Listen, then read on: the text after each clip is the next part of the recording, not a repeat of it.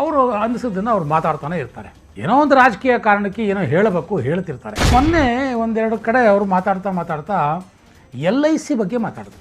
LIC ಅಂದ ತಕ್ಷಣ ಕೋಟ್ಯಂತರ ಜನ ಅದರಲ್ಲಿ ಹಣ ಹೂಡಿರ್ತಾರೆ. LIC ದುಡ್ಡು ಎಲ್ಲೋ ಬರ್ತದೆ ನಿಮಗೀಗ. ಮೋದಿ ಸರ್ಕಾರ ಇರೋದೇ ಅದಾನಿನ ಉದ್ಧಾರ ಮಾಡೋಕ್ಕೆ. ಅವರ ನಾಯಕರು ಹೇಳಿದ್ದನ್ನು ಅವರು ಚಾಚು ತಪ್ಪದೆ ಮಾತಾಡಿದ್ದಾರೆ. ಯಾವನ್ರಿ ಅವನು ಅದಾನಿ? ಅವನಿಗೆ ಯಾಕ್ರಿ ಆ ರೀತಿ ಕೊಡಬೇಕಾಗಿತ್ತು? ಈಗ ಅದಾನಿ ಅವರಿಗೆ 1 ರೂಪಾಯಿನಾಗ 1,000 ಎಕರೆ ಕೊಟ್ಟರೆ ಪುಣ್ಯಾತ್ಮರು. ನಾಚಿಕೆ ಮಾನ ಮರ್ಯಾದೆ 1 ರೂಪಾಯಿಗೆ 1,000 ಎಕರೆ ರೀ. ಪತ್ರಕರ್ತರನ್ನು ಕೇಳ್ತಿರಲ್ಲ, ಸ್ಟಡಿ ಮಾಡಿದ್ದೀರೇನ್ರಿ ಅಂತ. ದಯವಿಟ್ಟು ನೀವು ಕೂಡ ಸ್ಟಡಿ ಮಾಡಿ. ಸ್ನೇಹಿತರೆ ನಮಸ್ಕಾರ, ಹೊಸದಿಗಂತ ಡಿಜಿಟಲ್ ಚಾನಲ್ಗೆ ಸ್ವಾಗತ. ಕರ್ನಾಟಕದ ಕಾರ್ಮಿಕ ಮಂತ್ರಿ ಸಂತೋಷ್ ಲಾಡ್ ಆವಾಗ ಮೀಡಿಯಾ ಮುಂದೆ ಬಂದು ಮಾತಾಡ್ತಿರ್ತಾರೆ.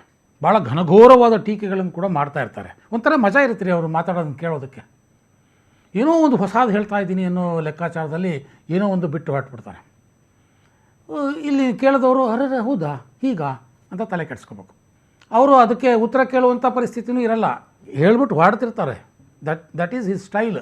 ಆ ಥರ ಮಾತಾಡ್ತಾ ಅವರು ಸಾಕಷ್ಟು ಟೀಕೆಗೂ ಒಳಗಾಗಿದ್ದಾರೆ. ಅದಕ್ಕೂ ಅವರು ಡೋಂಟ್ ಕೇರ್ ಬಿಡಿ. ಅವರು ಅನ್ನಿಸೋದನ್ನು ಅವ್ರು ಮಾತಾಡ್ತಾನೆ ಇರ್ತಾರೆ.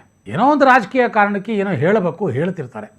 ಅದಕ್ಕೆಲ್ಲ ನಾವು ಯಾಕೆ ತಲೆ ಕೆಡಿಸ್ಕೋಬೇಕು ಅಂತ ನಾನು ಅವ್ರದ್ದು ಕೇಳ್ತೀನಿ, ಒಂಥರ ಎಂಜಾಯ್ ಮಾಡ್ತೀನಿ, ಸುಮ್ಮನಾಗ್ತೀನಿ.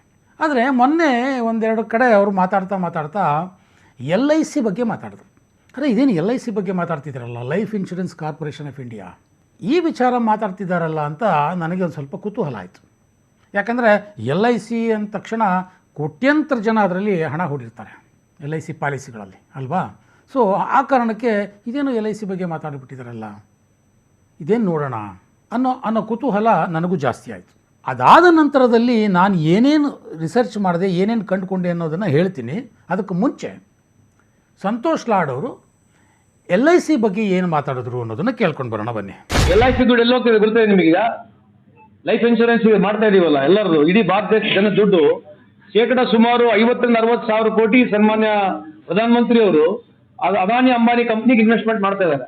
ಇದ್ರ ಬಗ್ಗೆ ಇಲ್ಲಿ ಚರ್ಚೆ ಆಗೋದಿಲ್ಲ. ಅದು ಇಂಥ ಚರ್ಚೆ ಈ ದೇಶದಲ್ಲಿ ಆಗೋದೇ ಇಲ್ಲ. LIC ಅಮೌಂಟ್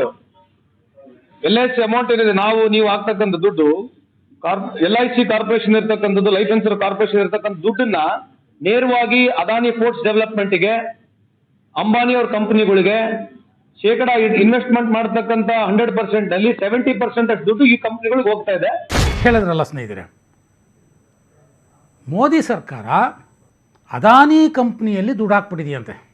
ಅದಾನಿ ಕಂಪ್ನಿನ ಉದ್ಧಾರ ಮಾಡೋಕ್ಕೆ ಮೋದಿ ಸರ್ಕಾರ ಹೊರಟುಬಿಟ್ಟಿದೆಯಂತೆ. ಅದೇನೋ 60,000 ಕೋಟಿ ರೂಪಾಯಿ ಹಾಕ್ಬಿಟ್ಟಿದೆ.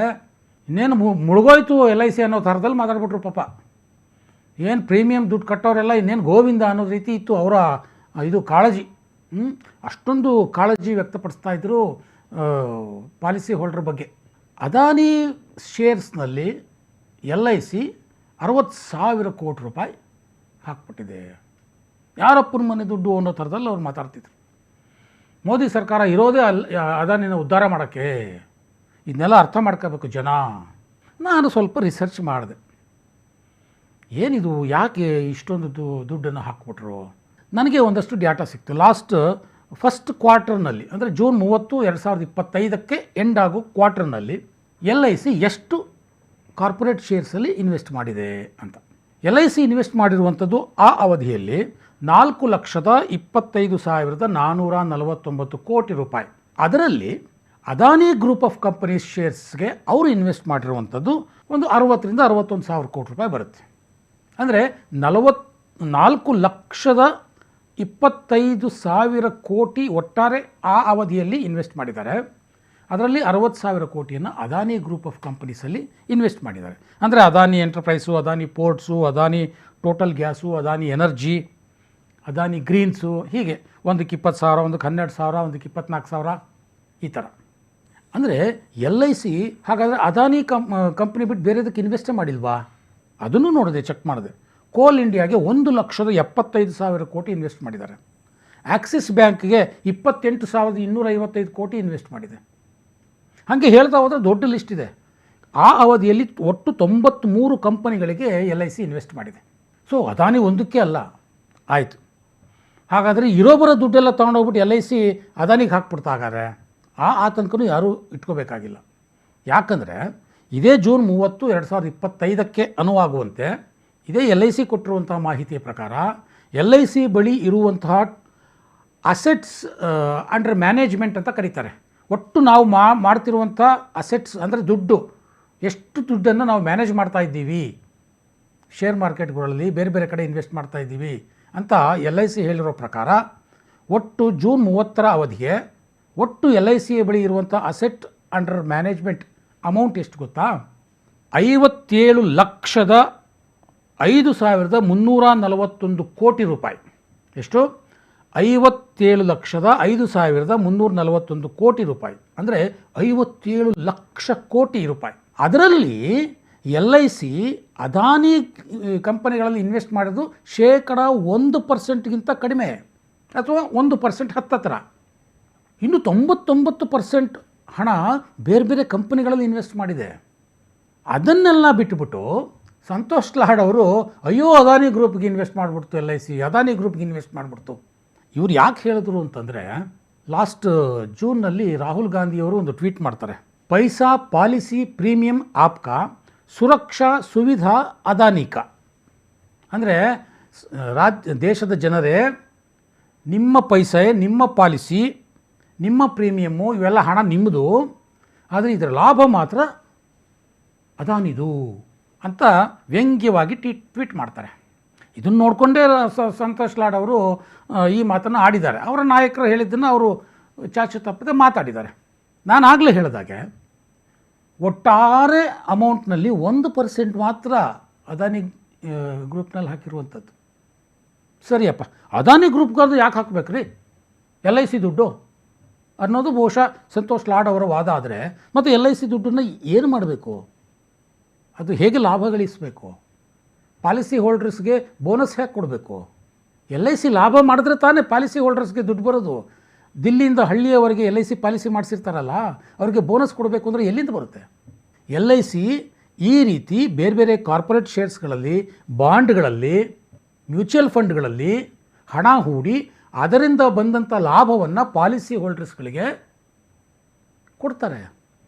ಆ ಲಾಭದ ಹಣವೇ ಪಾಲಿಸಿ ಹೋಲ್ಡರ್ಸ್ಗೆ ಸಿಗೋದು. ಅದನ್ನು ಚಾಚೂ ತಪ್ಪದೆ ಇಷ್ಟು ವರ್ಷಗಳಿಂದ LIC ಮಾಡ್ಕೊಂಡು ಬರ್ತಾ ಇದೆ. ಹಾಗಾಗಿ LIC ಬಗ್ಗೆ ದೇಶದ ಜನಕ್ಕೆ ನಂಬಿಕೆ ಇದೆ. ಆ ನಂಬಿಕೆಯನ್ನು ಹಾಳು ಮಾಡೋಕ್ಕೆ ಹೋಗಬೇಡಿ ಸಂತೋಷ್ ಲಾಡ್ ಅವರೇ. ಆದರೂ ಕಳೆದ ವರ್ಷ ಹಿಂಡನ್ಬರ್ಗ್ ಅನ್ನುವಂಥ ಒಂದು ಸಂಸ್ಥೆ ಮಾಡಿದ ಅವಾಂತರದಿಂದಾಗಿ ಅದಾನಿ ಕಂಪನಿಯ ಶೇರ್ಸ್ಗಳೆಲ್ಲ ಪಾತಾಳ ಕಚ್ಚಿಬಿಡ್ತು. ಆಗಲೂ ಇದೇ ಗುಲ್ಲು, ಅಯ್ಯೋ LIC ದುಡ್ಡೆಲ್ಲ ಹಾಳಾಗೋಗ್ಬಿಡ್ತು, LIC ಮುಳುಗೋಗ್ಬಿಡ್ತು, ಪ್ಯಾನಿಕ್ ಕ್ರಿಯೇಟ್ ಮಾಡುವಂಥ ಪ್ರಯತ್ನ ಕಾಂಗ್ರೆಸ್ ಮಾಡಿತ್ತು. ಅದಾದ ನಂತರದಲ್ಲಿ ಮತ್ತೆ ಅದಾನಿ ಗ್ರೂಪ್ ಆಫ್ ಕಂಪನಿ ಶೇರ್ಗಳು ಚೇತರಿಸಿಕೊಂಡಿದ್ವು. ಆಮೇಲೆ ಅದಾನಿ ಗ್ರೂಪ್ಗೆ ಹಾಕಿತ್ತಲ್ಲ ಶೇರ್ ಹಣನ LIC, ಅದರಲ್ಲಿ ಎಷ್ಟು ಲಾಭ ಮಾಡ್ತು ಗೊತ್ತಾ? 56% ಲಾಭವನ್ನು ಹೆಚ್ಚಿಸ್ಕೊಳ್ತು LIC. ನಿಮಗೆ ದಾಖಲೆ ಕೊಡ್ತೀನಿ. 22,591 ಕೋಟಿಗೆ ಇಳಿದಿದ್ದಂಥ LIC ಇನ್ವೆಸ್ಟ್ಮೆಂಟ್ನ ಭಾಗ 66,388 ಕೋಟಿಗೆ ಹೋಯಿತು ಲಾಭ. ಆ ಲಾಭ ಎಲ್ಲ ಯಾರಿಗೆ ಸ್ವಾಮಿ? ಪಾಲಿಸಿ ಹೋಲ್ಡರ್ಸ್ಗೆ ಬರೋದು. ಅದೇನು LIC ಇಲ್ಲಿ ಜನರಲ್ ಮ್ಯಾನೇಜರ್ಗಳು ತೊಗೊಂಡೋಗ್ತಾರಾ? LIC ಚೇರ್ಮನ್ ತೊಗೊಂಡೋಗ್ತಾರಾ? ಇಲ್ಲ ಅದಾನಿ ಗ್ರೂಪಿಗೆ ಕೊಡ್ತಾರಾ? ಅವೆಲ್ಲ ಬರೋದು ಪಾಲಿಸಿ ಹೋಲ್ಡರ್ಸ್ಗೆ. ಈ ರೀತಿ ಇಲ್ಲ ಸಲ್ಲದ ಹೆದರಿಕೆಯನ್ನು, ಪ್ಯಾನಿಕನ್ನು ಸೃಷ್ಟಿ ಮಾಡುವಂಥ ಪ್ರಯತ್ನವನ್ನು ಸಂತೋಷ್ ಲಾಡ್ ಅವರು ಮಾಡಬಾರ್ದು. ಸೊ ಇಂಥ ತನಗೆ ಬಂದಂಥ ಪ್ರೀಮಿಯಂ ಹಣವನ್ನು ಇನ್ನೊಂದು ಕಡೆ ಇನ್ವೆಸ್ಟ್ ಮಾಡಿ ಲಾಭ ಮಾಡಿದ್ರೇ LIC ಮುಂದುವರಿಯೋದು. ಹಾಗಾಗಿ ಇಷ್ಟು ವರ್ಷ ಅದು ನಡ್ಕೊಂಡ್ಬರ್ತಾ ಇದೆ. ಇಲ್ಲಿ ಆಕ್ಸಿಸ್ ಬ್ಯಾಂಕ್ ಇರ್ಬೋದು, ಬಾಟಾ ಇರ್ಬೋದು, ಅಂಬಾನಿ ಇರ್ಬೋದು, ಬಜಾಜ್ ಇರ್ಬೋದು, ಟಾಟಾ ಇರ್ಬೋದು, ಎಲ್ಲ ಕಂಪನಿಗಳ ಮೇಲೂ ಇನ್ವೆಸ್ಟ್ ಮಾಡುತ್ತೆ LIC. ಸೊ ಇದನ್ನು ಮರೆಮಾಚಿಬಿಟ್ಟು ಅದಾನಿ ಕೊಟ್ಟರು ಅಂತ ಹೇಳುವಂಥ ಪ್ರಯತ್ನವನ್ನು ನೀವು ಮಾಡಬೇಡಿ ದಯವಿಟ್ಟು. ಇದು LICಯ ಇನ್ವೆಸ್ಟ್ಮೆಂಟ್ನ ಒಂದು ಪ್ರಕ್ರಿಯೆ. ಅಲ್ಲಿ ಇನ್ವೆಸ್ಟ್ ಮಾಡಿದ್ರೇ ಪ್ರೀಮಿಯಮ್ಮು ಕಟ್ಟೋರಿಗೆ ಲಾಭ. ದಯವಿಟ್ಟು ಇಂಥ ಮಾತುಗಳನ್ನ ಆಡೋಕ್ಕೆ ಮುಂಚೆ ಒಂದಷ್ಟು ನೀವು ಸ್ಟಡಿ ಮಾಡಿ. ಪತ್ರಕರ್ತರನ್ನು ಕೇಳ್ತಿರಲ್ಲ, ಸ್ಟಡಿ ಮಾಡಿದ್ದೀರೇನ್ರಿ ಅಂತ. ದಯವಿಟ್ಟು ನೀವು ಕೂಡ ಸ್ಟಡಿ ಮಾಡಿ. ಇದೊಂದೇ ಅಲ್ಲ, ಸಂತೋಷ್ ಲಾಡ್ ಅವರು ಇನ್ನೊಂದು ವಿಚಾರನ ಇನ್ನೊಂದು ಕಡೆ ಎತ್ತಿದ್ರು. ಯಾವನ್ರಿ ಅವನು ಅದಾನಿ? ಅವನೇನು ದೊಡ್ಡ ವ್ಯಕ್ತಿನೇನ್ರಿ? ಅವನಿಗೆ ಯಾಕ್ರಿ ಆ ರೀತಿ ಕೊಡಬೇಕಾಗಿತ್ತು? ₹1 1,000 ಎಕರೆ ಕೊಟ್ಬಿಟ್ಟಿದ್ದಾರೆ. ಇದೇನು ಧರ್ಮಛತ್ರನೇನ್ರಿ? ಅವನಿಗೆ ಯಾಕ್ರಿ ₹1 1,000 ಎಕರೆ ಕೊಟ್ಬಿಡ್ಬೇಕು? ಎಲ್ಲಿಗೆ ಹೋಯ್ತು ರೀ ದೇಶ ಅಂತ ಕೇಳ್ತಾರೆ ಪಾಪ. ಭಾಳ ಫ್ರಸ್ಟ್ರೇಟ್ ಆಗಿಬಿಟ್ಟಿದ್ದಾರೆ ಸಂತೋಷ್ ಲಾಡ್ ಅವರು. ಏನು ಮಾತಾಡಿದ್ರು ಒಂದ್ಸಲಿ ಕೇಳಿ. ಈಗ ಅದಾನಿ ಅವರಿಗೆ 1 ರೂಪಾಯಿನಾಗ 1,000 ಎಕರೆ ಕೊಟ್ಟರೆ ಪುಣ್ಯಾತ್ಮರು. ನಾಚಿಕೆ ಮಾನ ಮರ್ಯಾದೆ 1 ರೂಪಾಯಿಗೆ 1,000 ಎಕರೆ ರೀ. 1 ರೂಪಾಯಿಗೆ ಅಟ್ 1 ರೂಪಿ ಇವಾಗ given 1,000 of acres. 10 lakh mango plantation ಇದೆ ಅಲ್ಲಿ. 10 ಲಕ್ಷ ಮ್ಯಾಂಗೋ ಪ್ಲಾಂಟೇಶನ್ ಇರ್ತಕ್ಕಂಥದ್ದು ಕೋಲ್ ಮೈನಿಂಗ್ ಕೊಡ್ತಾ ಇದ್ದೀರಿ. ನಾಚಿಕೆ ಮಾನ ಸ್ವಾಭಿಮಾನ ಏನನಿದೆಯಾ? ದೇಶದ ಬಗ್ಗೆ ಏನನ್ನ ಸ್ವಲ್ಪ ಅರಿವು ಇದೆಯಾ? ಯಾರ್ರಿ ಅವ್ರು ಅದಾನಿ? ಏನ್ರಿ ಸಂಬಂಧ ಅವ್ರಿಗೆ ದೇಶಕ್ಕೆ? ಸಂತೋಷ್ ಲಾಡ್ ಅವರು ಈ ಮಾತನ್ನು ಹೇಳ್ತಿರೋದು ಬಿಹಾರದ ಒಂದು ಪ್ರಾಜೆಕ್ಟ್ ಬಗ್ಗೆ. ಅಲ್ಲಿ ಪವರ್ ಜನ್ರೇಷನ್ ಪ್ರಾಜೆಕ್ಟ್ ಒಂದಕ್ಕೆ ಅದಾನಿ ಗ್ರೂಪ್ಗೆ ಅಲ್ಲಿನ ಸರ್ಕಾರ ಲೀಸ್ ಮೇಲೆ 1 ರೂಪಾಯಿಗೆ 1,000 ಎಕರೆಯಂತೆ ಜಾಗವನ್ನು ಕೊಡ್ತು. ಒಟ್ಟು 2,500 ಎಕರೆನೋ ಏನೋ ಜಾಗ. ಸೊ ಅಲ್ಲಿ ವಿದ್ಯುತ್ ಸ್ಥಾವರವನ್ನು ಸ್ಥಾಪಿಸಬೇಕು. ಆ ಕಾರಣಕ್ಕೆ ಅಲ್ಲಿ ಕೊಡ್ತು. ಅದೇನು ಬಿಟ್ಟು ಕೊಟ್ಟಿದ್ದಲ್ಲ, ಲೀಸಿಗೆ ಕೊಟ್ಟಿದ್ದದು. ಅದೇನು ಮಾರಾಟ ಮಾಡಿದ್ದಲ್ಲ ಅಥವಾ ದಾನ ಕೊಟ್ಟಿದ್ದೂ ಅಲ್ಲ, ಲೀಸ್ಗೆ. ಸಾಮಾನ್ಯವಾಗಿ ರಾಜ್ಯ ಸರ್ಕಾರಗಳು ಈ ರೀತಿ ಲೀಸ್ಗೆ ಕೈಗಾರಿಕೆಗಳಿಗೆ ಕೊಡ್ತವೆ. ಯಾಕೆಂದರೆ ನಮ್ಮ ರಾಜ್ಯಕ್ಕೆ ಕೈಗಾರಿಕೆಗಳು ಬರಬೇಕು, ಆ ಮುಖಾಂತರ ರಾಜ್ಯದಲ್ಲಿ ಉದ್ಯೋಗ ಸೃಷ್ಟಿಯಾಗಬೇಕು, ಮತ್ತು ಆ ಕೈಗಾರಿಕೆಗಳಿಂದ ಬಂದಂತಹ ಪ್ರಾಡಕ್ಟ್ಗಳೇನಿದೆ ಅದರಿಂದ ಇಡೀ ದೇಶಕ್ಕೆ ಒಳ್ಳೆಯದಾಗಬೇಕು. ಇದು ಒಂದು ಪ್ರೋಸೆಸ್ಸು. ಆಯಿತು, ಅಲ್ಲೇನು ಕಣ್ಣು ಮುಚ್ಕೊಂಡು ಅದಾನಿನ ಮೆತ್ತು ಕರೆದ್ಬಿಟ್ಟು ಗುಟ್ಟಲ್ಲಿ ತಗ ಅಂತ ಕೊಟ್ಬಿಟ್ರಾ? 1,000 ಎಕರೆನಾ ತಗೊಳ್ರಿ ಮಜಾ ಮಾಡಿರಿ ಅಂತ ಕೊಟ್ಬಿಟ್ರಾ ಬಿಹಾರ ಸರ್ಕಾರ? ಸೊ ಅಲ್ಲೂ ಟೆಂಡರ್ ಪ್ರೋಸೆಸ್ ಇತ್ತು ಸ್ವಾಮಿ. ಟೆಂಡರಲ್ಲಿ ಲೋಯೆಸ್ಟ್ ಬಿಡ್ ಮಾಡಿದ್ದು ಅದಾನಿ ಕಂಪ್ನಿ ವಿದ್ಯುತ್ ಉತ್ಪಾದನೆಗೆ. ಅಲ್ಲಿ ಜಿಂದಾಲ್ ಬಂದಿತ್ತು, ಬಜಾಜ್ ಬಂದಿತ್ತು, ಟೊರೆಂಟ್ ಗ್ರೂಪ್ ಆಫ್ ಕಂಪನೀಸ್ ಬಂದಿದ್ವು. ಒಟ್ಟು 4 ಕಂಪನಿಗಳ ಪೈಕಿ ಲೋಯೆಸ್ಟ್ ಬಿಡ್ ಮಾಡಿದ್ದು ಅದಾನಿ. ಸುಮ್ಮನೆ ಕಣ್ಣು ಮುಚ್ಕೊಂಡು ಕರೆದ್ಬಿಟ್ಟು ಗುಟ್ಟಾಗಿ ಕೊಟ್ಟಿದ್ದಲ್ಲ ಅದು. ಲೋಯೆಸ್ಟ್ ಬಿಡ್ ಮಾಡಿದ್ದು ಅದಾನಿ ಗ್ರೂಪು. ಆ ಗ್ರೂಪ್ಗೆ ಆ ಪ್ರಾಜೆಕ್ಟ್ ಸಿಕ್ತು. 2,500 ಮೆಗಾವಾಟ್ ವಿದ್ಯುತ್ ಉತ್ಪಾದಿಸುವಂಥ ಪ್ರಾಜೆಕ್ಟ್. ಇದನ್ನು ಸಂತೋಷ್ ಲಾಡ್ ಅವರು ಹೇಳೋದೇ ಇಲ್ಲ. ಅಯ್ಯೋ 1 ರೂಪಾಯಿಗೆ 1,000 ಎಕರೆ ಕೊಟ್ಬಿಟ್ರು, ಅಯ್ಯೋ 1 ರೂಪಾಯಿಗೆ 1,000 ಎಕರೆ ಕೊಟ್ಬಿಟ್ರು. ಎಷ್ಟು ಲೋಯೆಸ್ಟ್ ಬಿಡ್ ಅಂದರೆ 1 ಯೂನಿಟ್ಗೆ 6 ರೂಪಾಯಿನಂತೆ ನಾನು ವಿದ್ಯುತ್ ವಿದ್ಯುತ್ ಉತ್ಪಾದಿಸಿಕೊಡ್ತೀನಿ ಅಂತ ಅದಾನಿ ಗ್ರೂಪ್ ಹೇಳಿದ್ದು. ನಮ್ಮಲ್ಲಿ ಇವಾಗ 1 ಯೂನಿಟ್ಗೆ 7 ರೂಪಾಯಿ ಕೊಡ್ತಾ ಇದ್ದೀವಿ ನಾವು ವಿದ್ಯುತ್ಗೆ. ಅವರು 6 ರೂಪಾಯಿ ಕೊಡ್ತೀನಿ ಅಂತಂದರು. ಅವ್ರಿಗೆ ಲೋಯೆಸ್ಟ್ ಬಿಡ್ ಆಯಿತು, ಅವರು ಕೊಟ್ಟರು. ಇದರಲ್ಲೇನಿದೆ ಅಕ್ರಮ?